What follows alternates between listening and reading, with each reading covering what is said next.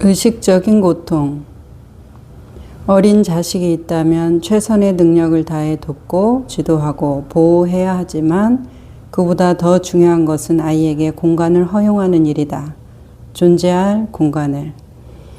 아이는 당신을 통해 이 세상에 왔지만 당신의 것이 아니다. 무엇이 너를 위해 가장 좋은지 내가 잘 안다라는 믿음은 아이들이 아주 어렸을 때는 진실일지도 모른다. 그러나 아이가 커갈수록 그것은 점점 더 진실이 아니게 된다. 기대가 클수록 당신은 아이를 위해 이 순간 존재하기보다는 당신의 생각 속에서 더 많이 사로잡혀 있게 된다. 당신의 관점에서 볼 때만 실수일지도 모른다. 아이의 실수가 말이죠. 당신에게는 실수로 보여도 아이에게는 꼭 필요한 행동과 경험일 수 있다.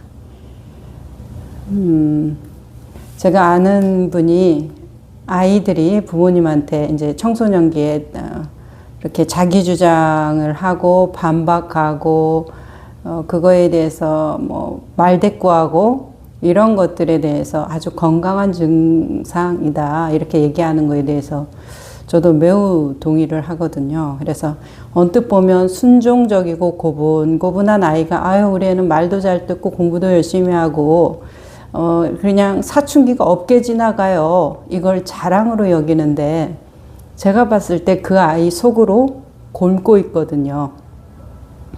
자기 목소리를 내지 않거나 자기 얘기를 하고 싶지 않은 사람이 세상에 있을까요? 그런데 그 아이들은 착하고 순종적인 아이 연기를 하면서 마음속으로 자기 자신을 죽여가고 있는 거. 그래서 그냥 세상이 회색빛으로 그렇게 되어버리는 거 아니면 엉뚱한 방향으로 튀던지 우리는 누르는 만큼 반동을 가지고 있으니까 그래서 부모에게 대들고 말대답하고 이런 것들을 이제 좀 당황하는데 그냥 얘가 아주 건강하게 잘 자라고 있구나.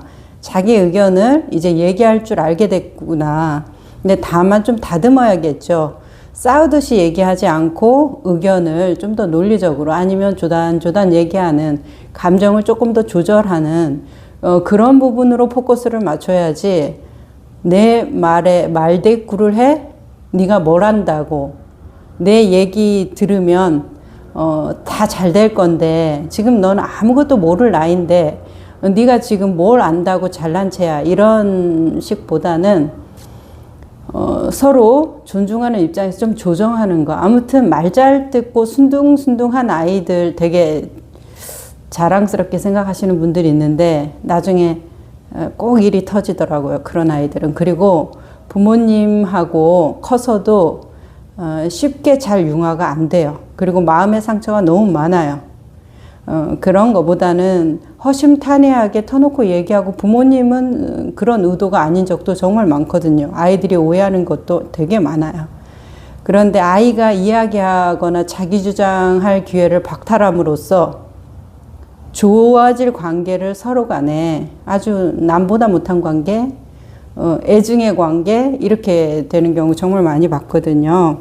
그래서 이 톨레가 하는 당신의 관점에서 볼 때만 실수일 거다. 아이의 관점에선 꼭 필요한 경험일 거다. 말대꾸하고 막 자기 의견 얘기하고 감정적으로 뭐 막 들어달라고 울면서 이렇게 하고 하는 것들이 그 당시에는 좀 벅차고 어떻게 하나 당황스러울 수도 있지만 조금 기다려주고 아이에게 내 심정을 솔직하게 얘기하고 아니면 어떻게 하면 좋겠어 서로 이렇게 맞추어가는 거 그런 것들이 조금 더 아이에게는 훨씬 더 긍정적인 것을 많이 느끼거든요. 한번 그렇게 생각해 봐 주시면 좋겠어요. 아이가 어떤 고통도 경험하지 않도록 보호할 수 있다면 좋은 일이 아닐까? 이제 우리 부모들은 다 너 잘 되게 좋은 일만 좋은 것만 아니다. 그렇지 않다. 아이는 인간 존재로 진화하지 않을 것이며 외부의 물질 형상들과 동일화된 얕은 상태에 머물러 있게 될 것이다. 고통은 당신을 더 깊은 곳에 데려간다. 역설적이게도 고통의 원인은 형상과의 동일화이지만 고통이 형상과의 동일화를 무너뜨린다. 고통의 많은 부분은 에고의 원인에 있지만 결국에는 고통이 애고를 부순다. 단 고통에 의식적으로 깨어 있을 때만 이 일이 가능하다. 이거 매우 중요한 말입니다. 의식적으로 깨어 있을 때. 그래서 이 고통이 강화되는 경우도 아주 많아요. 내가 이것에 대한 알아차림이 없을 때는 고통이 강화돼서 자꾸 안 좋은 습관을 반복하는, 그래서 더욱더 고통스럽게 되는 그런 경우들이 굉장히 많아요. 우리의 어떤 업식, 습기라는 것은 굉장히 자동적으로 이루어지기 때문에 우리가 정말 깨어서 알아차림이 되지 않는다면 나도 모르게 그렇게 하는 경우가 많거든요. 내 감정적으로. 특히나 감정적인 지지 기반이 약하신 분들, 정서적으로 매우 취약하신 분들은 자기의 설정이 거의 좀 바닥이에요. 그래서 누가 나한테 잘 해줘. 성공하고 일이 잘 되어가. 칭찬받아, 인정받아.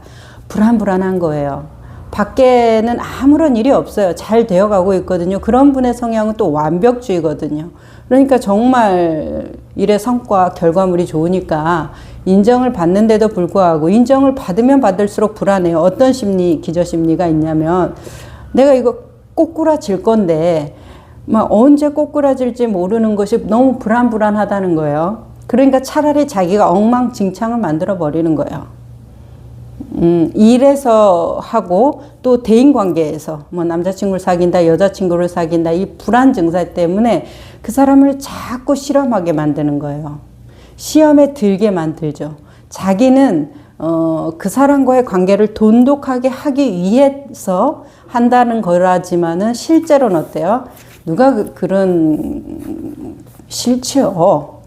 나의 어떤 사랑과 애정을 계속 시험하고 이럴 거지 저럴 거지 타진하고 찔러보는 걸 누가 좋아합니까? 굳건하게 믿으면서 어려울 때 서로 도와주고 그런 돈독한 관계, 그런 안정감을 본인도 원하면서 상대를 자꾸 의심하거든요. 본인을 의심하기 때문에 그래요. 결론은. 근데 상대는 자기가 믿음을 못 준다. 아니고 그리고 저 사람은 나를 좋아하지 않는다. 나에게 신뢰가 없다. 이제 이런 식으로 생각을 하는 건데 똑같아요. 여기에서 고통에 의식적으로 깨어 있을 때만 가능하다는 것이에요. 고통에 깨어 있지 않고 그냥 그 고통의 바닥을 겪으면 그 형상을 무너뜨리고 동일화된 것으로부터 멀어진다. 이런 기대를 한다고 하면 정말 오류입니다. 더 강화돼요. 이 고통의 동일시를 무너뜨리는 힘, 고성제, 부처님이 말하는 고진멸도, 4가지 성스러운 진리 중에서 첫 번째 관문, 고성제에 들어가려면 알아차림이 반드시 지원을 해줘야 돼요. 의식적으로. 그래야만이 내가 이것에 이 욕구에 울고 웃고 끄달리고 이 형상 없는 이 마음에 내가 이토록 내 마음이 불안하고 동하는구나. 이제 그것을 알면서 거기를 직면하면서 그 고통이 나의 형상과 동일한을 무너뜨리는 에너지가 되지. 그걸로 모르고 그냥 우리 중생심으로 계속 살아봐요. 계속 그 사람이 더 강화된 에고의식, 더 집약된 그 나라는 주장을 가지고 살아가거든요. 그래서 나이 들면 고집쟁이가 되잖아요. 다른 사람 얘기 안 듣고 나만 옳고 나 젊었을 때 얘기나 하고 과거나 추억에 빠져 있고 이런 것들이 의식적으로 깨어있는 고통을 경험하지 않았기 때문에 그래요. 깨어서 이 고통이 너무 고통스럽다면은 이것이 돌이켜서 왜 그런가, 저 사람과 내가 왜 이렇게 부딪히는가 그러면서 자기 안으로 쭉 들어가야죠. 회심.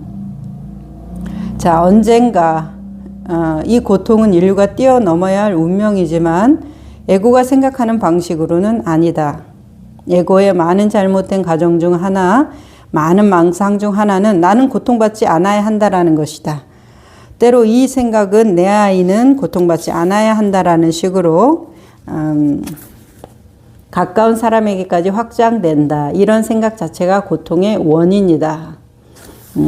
그래서 고통에 저항함으로써 고통을 더 고통에 힘을 주는 거, 그 근본 원인이 뭐 있을까요? 우리가 만약에 10만 원 버는데 100만 원 벌기 위해서 90만 원의 어떤 그 간극을 메꾸기 위해서 열심히 노력하면 그 확률이 높아지고 또 그의 기대치, 예상치가 높아지잖아요. 점점 도달되고 열심히 노력하면 된다는 거예요. 세상의 법칙이. 그렇죠? 내가 어떤 것에 목표를 정하고 공부를 한다, 돈을 번다, 명예를 추구한다, 지식을 쌓아간다, 이런 것들도 뭐 힘든 과정들이 있겠지만 그래도 점차 된다라는 거예요. 고통이 더 강화되는 상태와 같이 이 무지가 더 강화되거나 가난이 더 강화되거나 어떤 뭐 지금 가지고 있는 것이 더 취약해지지는 않잖아요. 노력하면 노력한 만큼 그래도 조금 대가가 있죠.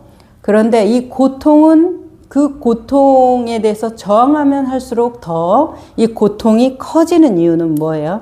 공부도 1등이 있고 2등이 있고 어떤 실질적으로 보여지는 것이 있지요.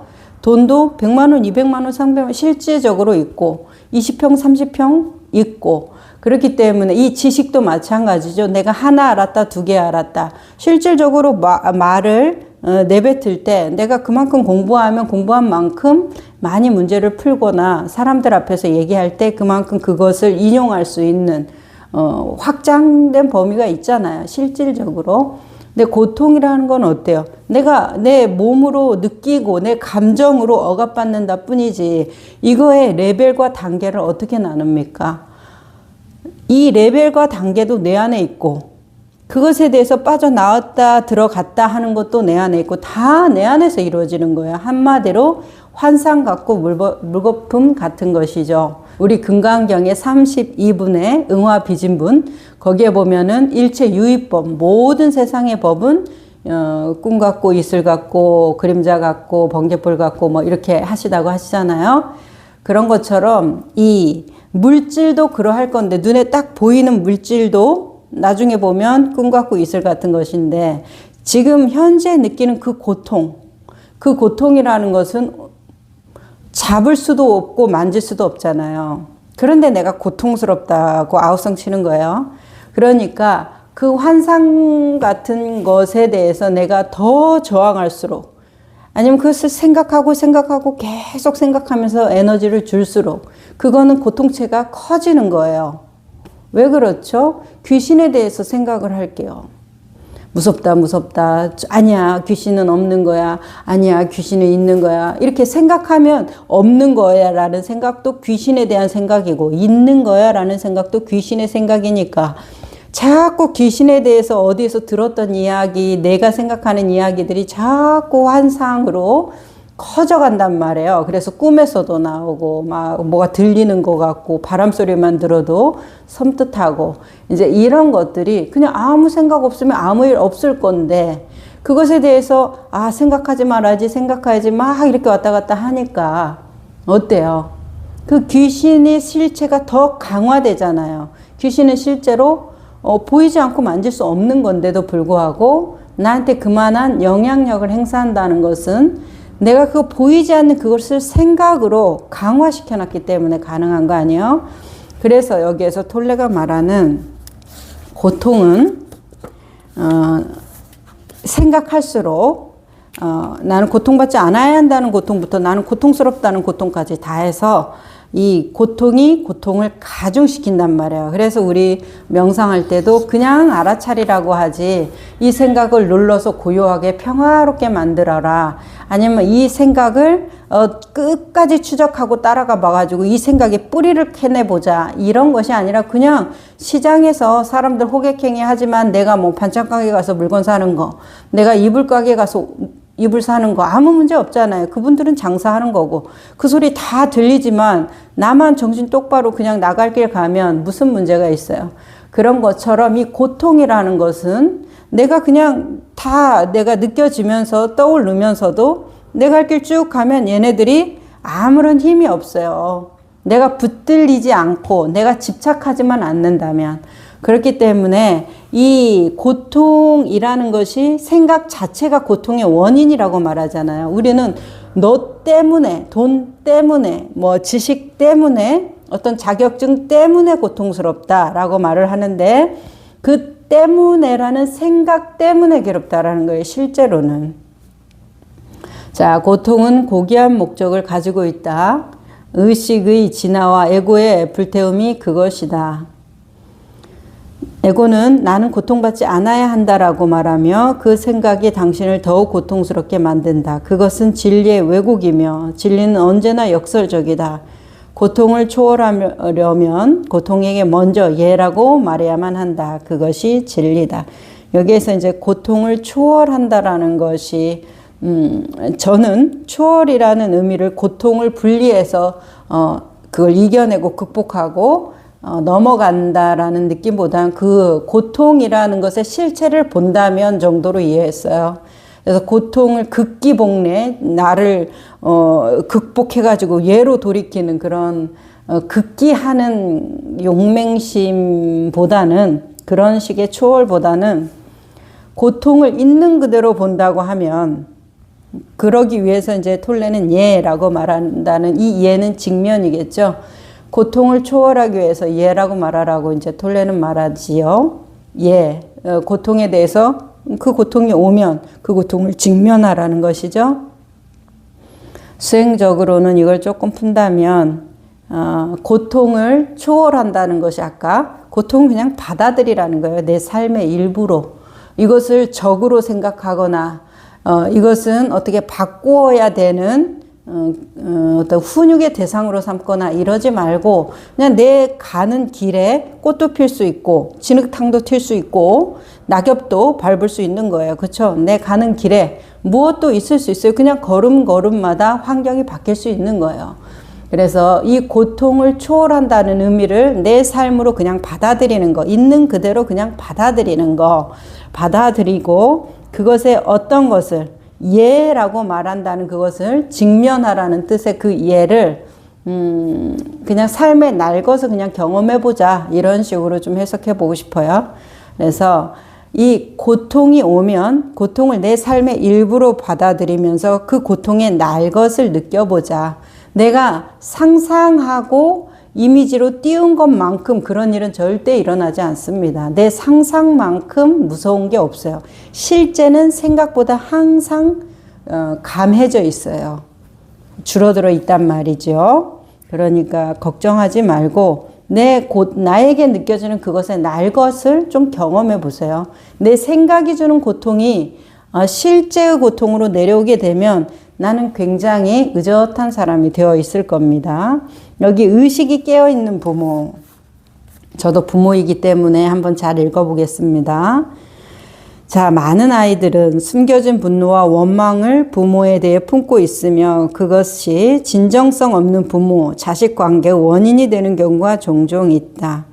아이는 부모에 대해 깊은 갈망을 가지고 있다. 부모라는 역할을 아무리 성실하게 수행하더라도 그것보다는 한 인간 존재로서 옆에 있어 주기를 당신은 아이를 위해 온갖 옳은 일을 하며 최선을 다하겠지만 아무리 최선을 다해도 그것만으로는 충분하지 않다.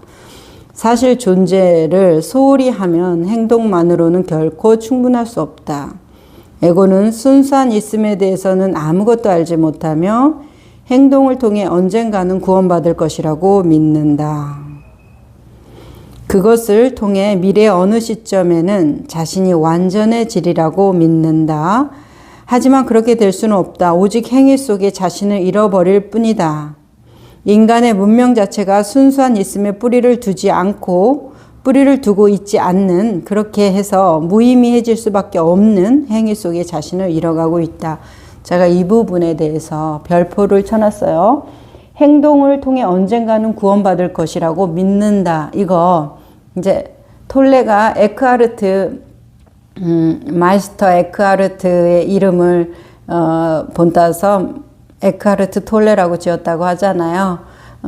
중세 신비가이고 기독교 신비가이고 정말 우리한테 영적인 상상력의 기회를 많이 제공하는 분이죠. 에크하르트가 구원과 심판에 대한 정의를 했습니다. 구원이란 당신의 행위로부터 오는 것이 아니라 당신의 존재로부터 온다. 심판이란 당신의 행위로부터 오는 것이 아니라 당신이 무엇이냐로부터 온다. 그 말에 대한 내용 같아요. 여기 행동을 통해 언젠가는 구원받을 것이라고 믿는다라는 말이나 구원이란 행동을 통해서 오는 것이 아니라 당신이 무엇이냐, 그 당신의 그 존재성으로부터 온다라는 거, 그 말에 이제 뉘앙스가 느껴지는데, 그러면 우리는 좀 억울하죠. 내가 열심히 봉사하고 다른 사람한테 희생하고 내가 먹고 싶은 거 안 먹고 참고 배려하지, 이런 게 다 복을 받으려고, 내가 잘 살고 좋은 데 가고 더 좋은 어떤 복을 누리려고 그렇게 하는 건데, 그것이 나를 진정한 구원으로 이끌지 못한다면 나는 어떻게 해야 되나? 도대체 내 행동으로 내가 구원받을 수 없다면 그럼 나는 어떻게 해야 되지? 이렇게 좀 붕 뜬 기분? 도대체 모르겠다라는 기분이 들 거예요. 우리는 끊임없이 무언가를 하도록 자꾸만 강요당하는 존재니까, 이 구성원으로서 이 사회의 조직 안에서 너 뭔가 의미 있는 존재가 돼야 돼, 아니면 도태되고 소외될 거야, 이런 끊임없는 암시가 들어오거든요. 가정 공동체 안에서도 마찬가지잖아요. 그 끈끈한 가정 공동체에서도 부모 말 잘 듣고 심부름 잘하고 공부 잘하고 뭔가 부모의 욕구를 충족시켜주는 아이가 사랑받지, 맨날 말썽 부리고 말도 안 듣고 혼자 돌아다니고 그렇게 아무튼 마음에 안 드는, 부모의 욕구를 충족시키지 못하는 아이 그렇게 사랑하십니까? 솔직히 말해서. 좋은 부모가 되는 거, 내가 이렇게 자식한테 헌신하니까 좋은 부모 되는 거 아닌가?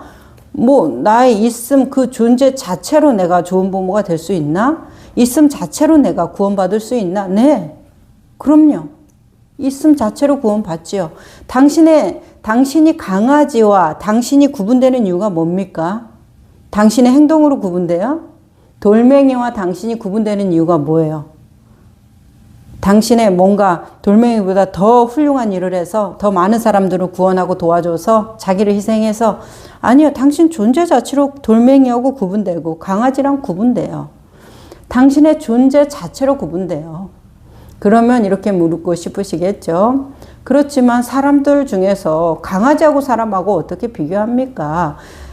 정말 고귀한 사람이 있고, 저기 앙굴리말라 같이 사람을 막 100명 죽인, 99명 죽인, 아니면 999명을 죽인 그런 살인자도 있는데, 존재로는 같은 사람이니까 그럼 둘 다 존귀하다는 말입니까? 이제 이렇게 말씀을 하시고 싶으시겠죠. 분명히 앙굴리말라 같은 살인자는 그렇게 많은 사람을 죽인 그 사람이 어떻게 존귀한 존재입니까? 그 행동을 보세요.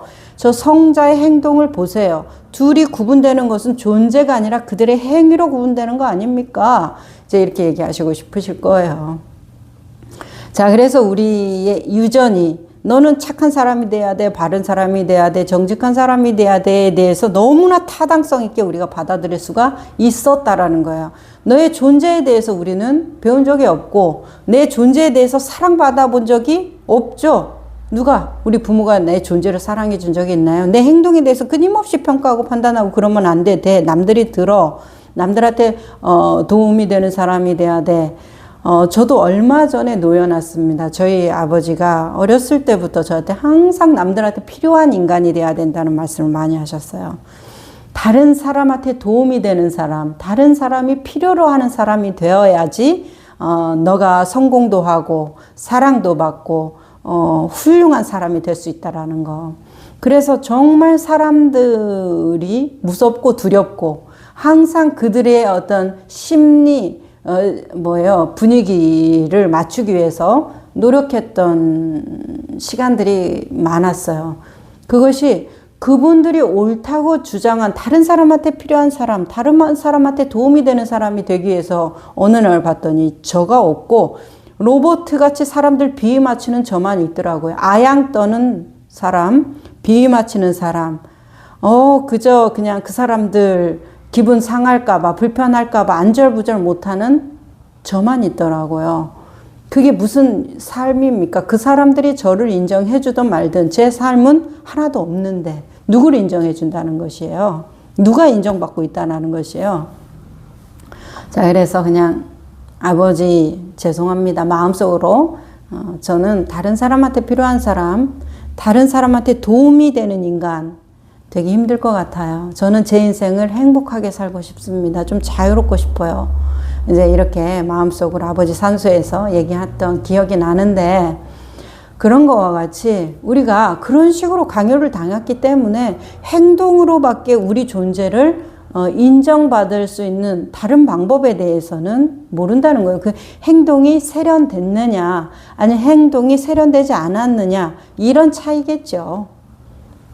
행동의 범위 안에 있죠. 이 행동은 결정적으로 뭐예요? 나쁜 행동이든 좋은 행동이든 결정적으로 똑같은 작용이 일어나죠.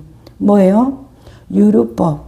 인과를 지어서 결과를 만들어내는 유의법. 다 상을 맺히는 유의법이라는 거예요. 행동은 다 유의법이고 존재는 뭐예요? 다 무의법입니다. 존재가 하는 것은 무의법이에요. 존재로서 한다면 존재가 그 행동을 놔두지만 그 마음 없이 존재로서만 한다면, 그렇지만은 이 존재가 존재됨을 잊고 이 행위로서 자신을 증명한다면 행위, 유의법이 되는 것이죠. 자, 그러면 그 성자와 앙굴리말라가 어떻게 존재로서 인정받는다고? 그럼 앙굴리말라 같이 실컷 살인 저지르고 사람들 다 죽여놓고도 존재로서 딱 인정받아서 복락을 누리고 존귀함을 누리고 그럴 수 있겠네? 이제 이런 좀 반발심이 생길 수 있잖아요. 그런 경우 저희 회원님들하고 많이 겪어봤습니다. 조금 불편하다고. 그것은 오해예요. 뭐냐면 이 이숙식이라고 해서 우리가 업을 지어놓은 거, 원인을 지어서 결과를 만들어낸 거, 사람을 찔러서 죽였든 말로 죽였든 그 사람을 음해해서 죽였든 어떤 원인을 지어서 결과를 만들어냈잖아요. 그러면 그것이 다 나의 숙식, 업장이 된다는 것이에요. 업장이 되어서 다 다르게 익어가요.